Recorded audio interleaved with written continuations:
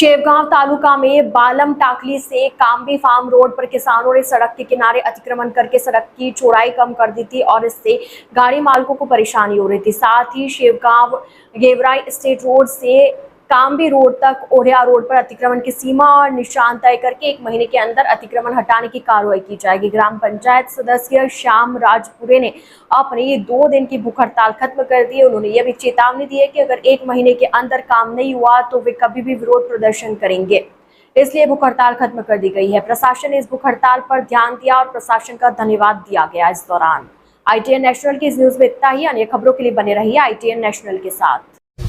28/5/2026 रोजी कांबी रस्त्यावरील अतिक्रमण काढण्यासाठी ग्रामपंचायत सदस्य श्री श्यामा शुक्राजपुरे हे आमरण उपोषणासाठी बसले होते।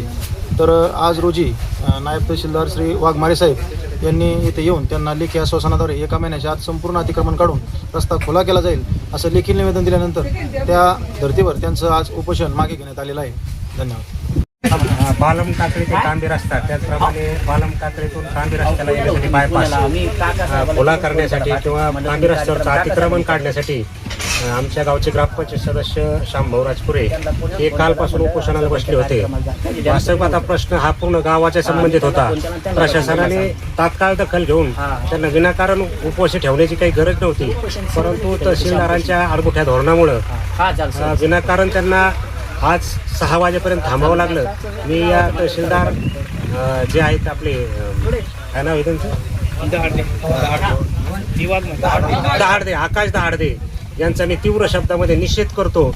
आणि यापुढं एकीकडं शासन शिवपानंद रस्ते किंवा शेतकऱ्यांचे शेत रस्ते योजना राबवण्यासाठी आदरणीय आपले मंत्री महोदय बावनकुळे साहेब प्रयत्न करतायत आणि त्यांच्या जर या प्रयत्नाला जर अशा प्रकारचे तहसीलदार छेद देत असतील तर ते निश्चितच निषेध करण्याचे योग्य आहेत। त्यामुळे मी त्यांचा निषेध करतो। यापुढे तरी त्यांनी शेतकऱ्यांना अशा प्रकारचा त्रास देऊ नये अशी अपेक्षा व्यक्त करतो।